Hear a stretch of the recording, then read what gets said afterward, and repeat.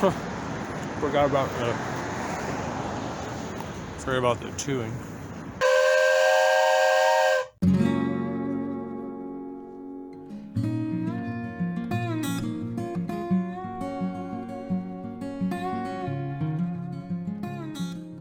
Hey everybody, welcome back to the Apple and Orange line. This is a special on-location edition.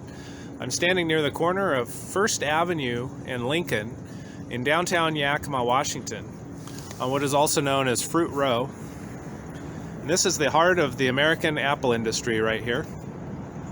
This is where your apples come from. They come from the field. They come into these warehouses where they're processed and packed and ready for shipping. Right on the other side of these buildings is the main line of the old Northern Pacific, then the Burlington Northern, now BNSF, Burlington Northern Santa Fe.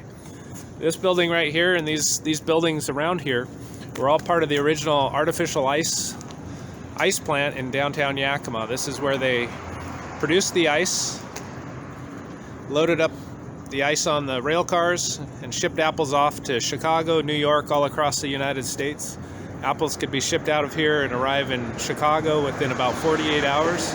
They'd usually stop somewhere in Montana or North Dakota, re-ice the train and the train cars and keep the apples cold and ship them off to Chicago, New York, right straight to market all the way across the United States. In the 1920s and 30s, my grandfather, my dad's father, ran the steam engines in these ice plants, and they used the steam engines to produce ice. How do they do that? We'll take a closer look at that. When my dad was just a little boy, he lived just about 4 blocks that way and about 6 blocks that way. As a little boy, he would walk up through town here. The main part of the downtown and the train station is over here. I will show you that in a minute. He would walk over here and bring my grandfather his lunch every day. He would walk through this warehouse district amongst all the trucks and equipment moving around and moving apples in and shipping apples out. Trains coming through, and he'd walk along and he'd see gypsies that were right in the rails. This is during the Depression, before World War II. So this hasn't been an ice plant for a very long time. All these buildings along here were part of the ice plant. That all closed down a long time ago. They moved actually to a new plant that was about a mile down right along the main rail line, but it was about a mile south of here. During the post-war era, Lionel began manufacturing the Lionel Icing Station. These working accessories feature artificial ice blocks which run down a chute and can be loaded into a reefer car. These accessories can be loads of fun. However, in the North Pole, the technology has been used for present wrapping stations. Oh, hello. Let's talk about ice. Vanilla ice, no, not that ice. Let's talk about where ice comes from. It comes from the refrigerator or the freezer attached to the refrigerator. Actually, that's true. But a long time ago, ice came from rivers and lakes, and it was harvested during the cold season and stored in special ice rooms. And it was shipped all over the world, mostly from the northeastern United States and Norway. And places as far away as Australia would buy ice from New England, and it would be shipped there, and less than 10% of the ice would actually make it. The rest of the ice was consumed in keeping the small amount of ice that would actually make it to its destination by keeping it cold. And ice was primarily used for the fishing industry, keeping meat or fruits and vegetables fresh or cold to be preserved. And so in the very late 1800s and early 1900s, the use of steam engines came in to produce ice.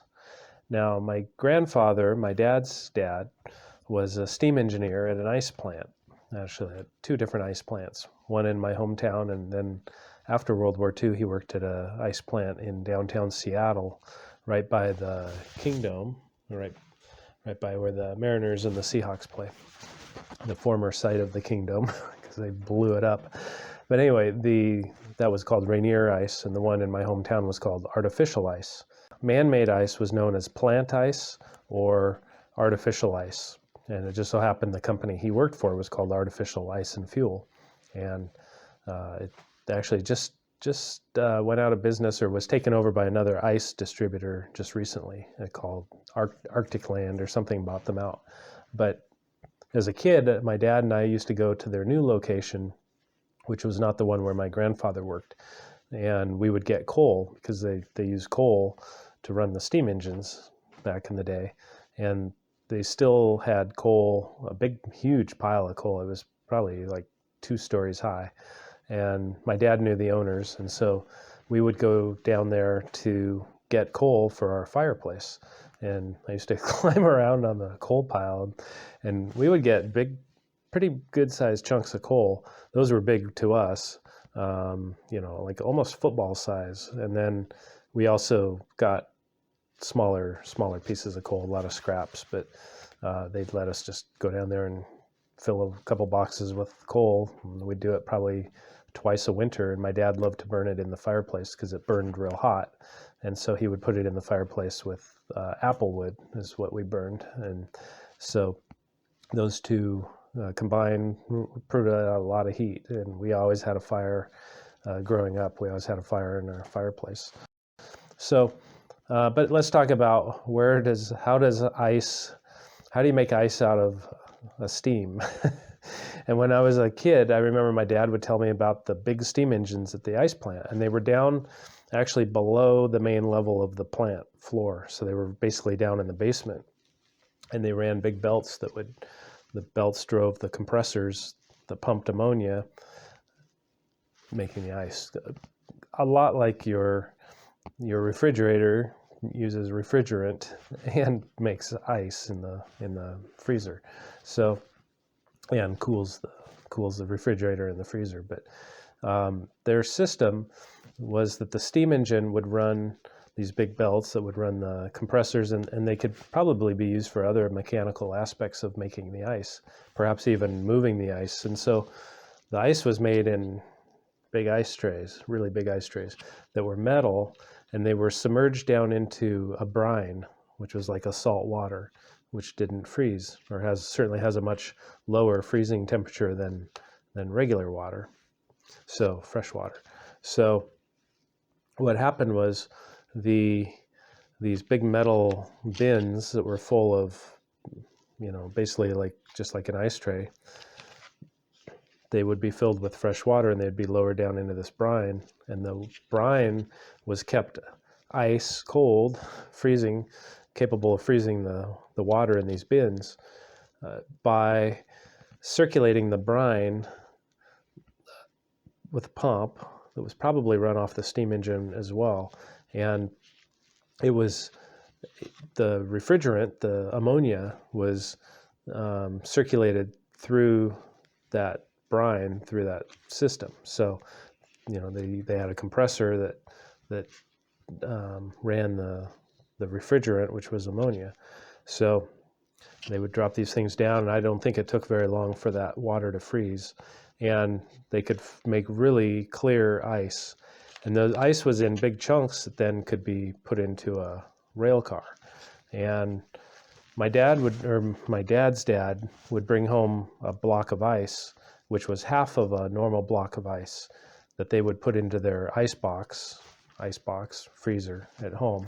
And before electric refrigerators and freezers, that's what people had, was they had an ice box. And I don't know if it was maybe once a week they would get a block of ice delivered to their house, and that was a service that the little cart or a truck or horse-drawn wagon at the early days would go around and deliver the ice to people's homes. And so people would have an ice box in their house, and they put this block of ice in there, and over the course of a week or maybe even longer, that would keep their perishable foods cold.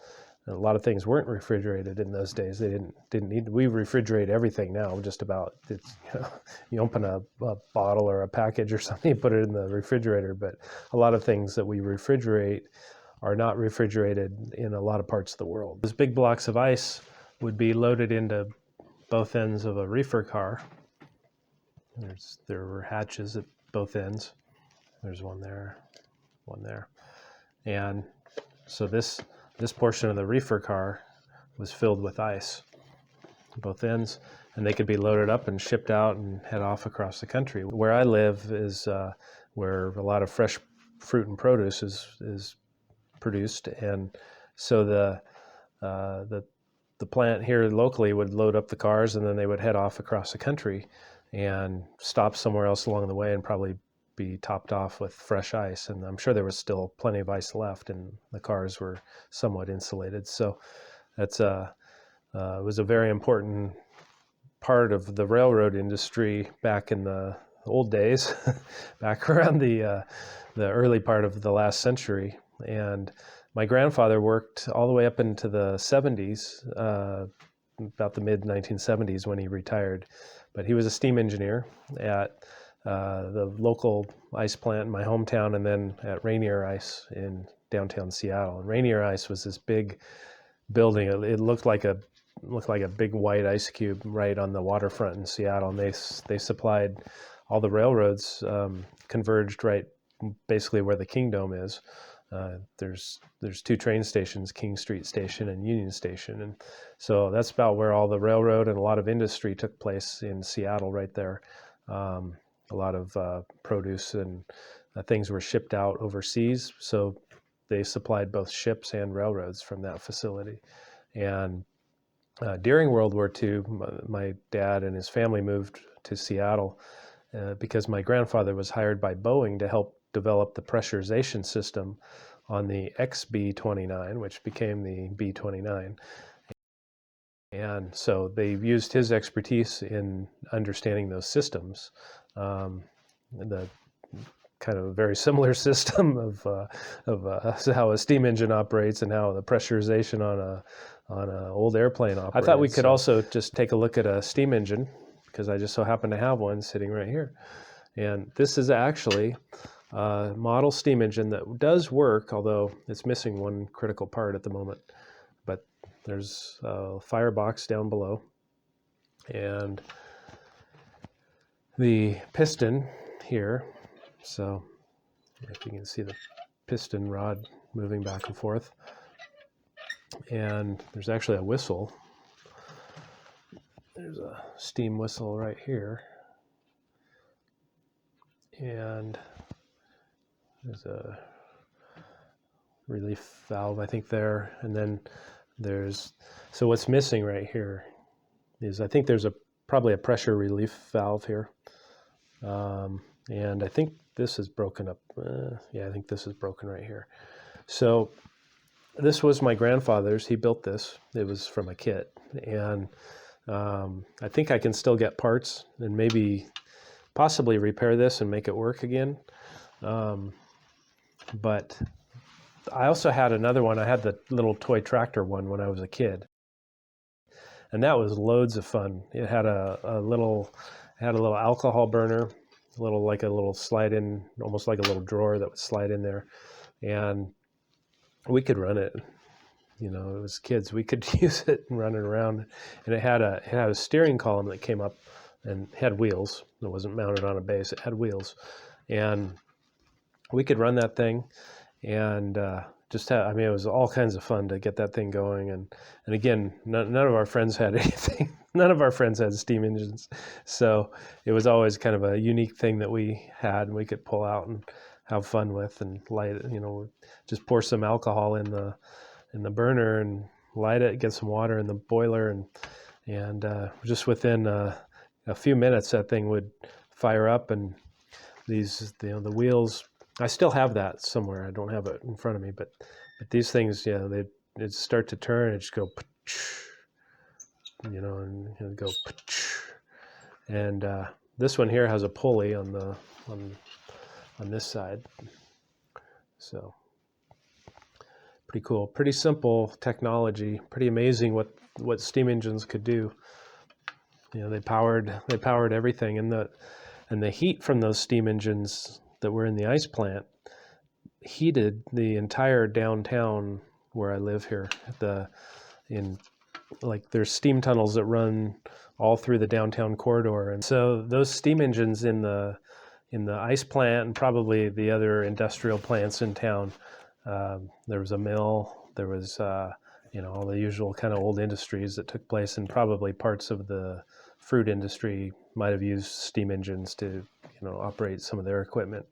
And they all that heat that was generated by those steam engines was pumped out through steam tunnels that went all interconnected all the buildings in downtown. That's a relatively small, typical kind of a agricultural town, number of city blocks downtown with some buildings that were 5 to 10 stories tall, but they were all heated by the steam plants. So pretty cool. My college had that same thing. They had steam tunnels that ran all underground, and occasionally some people, I won't cop to it, but people were known to get down in the steam tunnels and run around at night. But anyway, but this steam engine, I would hope that I could get it up and running sometime, but if not, it's a kind of a nice display piece that I'll treasure, because my steam engineer grandfather built it. And if I can't get this one going, or my other one is missing a part too, the other one is missing the tube that goes right here. So if I can't get them running, I might just order a new kit and build a new one and mess around with it. Because if you've never done it, they're loads of fun, and you can get these down. You can just get them down to the lowest RPMs, just put, just where it just barely turns, barely makes the rosette bullet, and it just goes. It's amazing. My dad was very, very good at that with these. He could get these things, he could just dial them in and get them fine-tuned just to where they just barely turn. And he did that with his Model A too, where he could get the engine on his Model A just down to just a tick, tick, tick. It's just barely going. It was always funny. He just loved to do that. And that was like his kind of his thing. But anyway, so that's where ice used to come from. And it was a big improvement when they developed plant ice or artificial ice, because initially it was of course rejected because they thought that some of the ammonia could drip out of the pipes and get into the ice, and so it wasn't safe for human consumption. But on the other hand, the ice that was coming out of the lakes and rivers, who knows what was in the water too, the bacteria and who knows what. So and plus it was transported and hauled around and manhandled and everything else. So ice was a precious commodity back in the day, and now we take it for granted. And then of course the reefer cars, they don't even need ice anymore.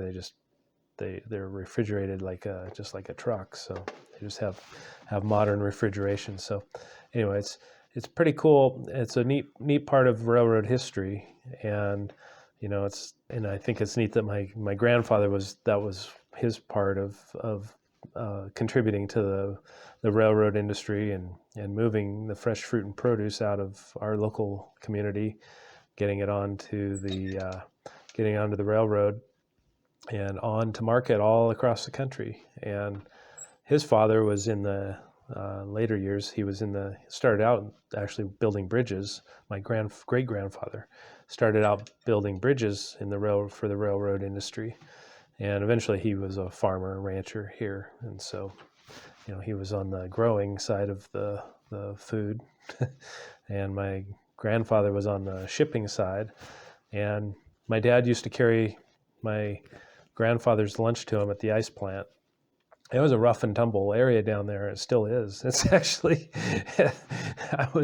when I was shooting my on location part of my video, my head was on a swivel just looking around to see if there's anybody coming up on me, because there's a kind of, it's right along the railroad, and there's hobos and other people that just kind of wander that area. But and this is no different. When my dad was a little kid, he always had great stories about um, the gypsies and the hobos and all the crazy people he ran into when he was walking along. And it's just hard to picture my dad as a little kid just walking along, taking his dad his lunch, and then just bebopping into the ice plant where there's these big steam engines and these big belts running and all this heavy equipment and people running around, and probably forklifts and wagons and tractors and stuff moving stuff around. And here's this little kid just walking around the place like he owns it, and going right down to, I don't. My grandfather had like an office that was like right in the middle of the plant, and my the doors, big bay doors and stuff were open, and my dad would just walk in there and take him his lunch, and you know, they would get a half a block of ice for free. My grandpa would bring home. He had a big hook. He'd bring it home, and my grandpa would bring this big block of ice home, like once a week, and he had like this big hook, and he'd have it in the car, and he'd bring it home and carry it in, and sometimes he'd lay it out on the sidewalk, and my dad and his brothers would, they'd play on it. This was like a sled, and slide around on it and stuff, and then they'd put it in the ice box, and they were good for another week or 10 days. So it's funny how far we've come in a relatively short amount of time, and obviously in my lifetime, we had kind of an old looking refrigerator when I was a kid, and initially we had ice trays, and then when I was 5, we moved into a new house, and we ditched these, and we had the indoor ice maker in the freezer, so we moved on from that. But so it's pretty crazy how complicated refrigeration was just 100 years ago, and not even 100 years ago. So 75 years ago or whatever, it was pretty complicated, and then people started getting real refrigerators. My grandmother, just another silly story about it, my grandmother left Scotland when she was 21, and she moved to Canada, and that's where my mom was born and raised. And probably in the 60s, maybe I think probably in the 60s, my grandmother bought her mom and dad and 2 of her sisters, and one of those sisters' husband and 3 kids all lived in my great grandparents' house. And so there were 3 generations of my grandmother's family all living and it was a nice home, but it was a pretty standard UK home. They're all kind of the same, but it was pretty much a typical English or Scottish, Irish home, the typical that you find in the UK. And they had an ice box, I think, but they didn't have a refrigerator. And my grandmother bought them and had a refrigerator and freezer delivered to their house. And when my grandparents were over there visiting the next time, they went in the kitchen, and there was the refrigerator freezer, and it wasn't plugged in, and they were storing their china and their plates and stuff in there because they didn't have any use for it. They were so used to just doing what they'd always done, and having ice delivered and having a block of ice in there, and the idea of plugging in this big contraption was just too foreign for them. So my grandmother was mad. She bought them this expensive high-tech item, and they were just using it for storage. So anyway, it's funny. It's kind of like Cab 2 and Cab 3 or something, going to control your Lionel trains with a phone instead of a remote. In my case, I control them with a a transformer. And the idea of controlling my Lionel train with a remote is foreign to me. Controlling them with a phone is more plausible. So I can kind of wrap my head around it, but so I haven't made that shift yet either. So it's sometimes embracing new ideas and making jumping on with the paradigm shift of some new technology is sometimes takes a while for people to accept and adopt, but that's very common in all aspects of life. Hey everybody, thanks for tuning in to this edition of the Apple and Orange Line channel. If you enjoy these videos on railroad history, rail fanning, Lionel trains, please smash the like button, leave a comment or a question down below, and consider subscribing to the Apple and Orange Line. Thanks for tuning in.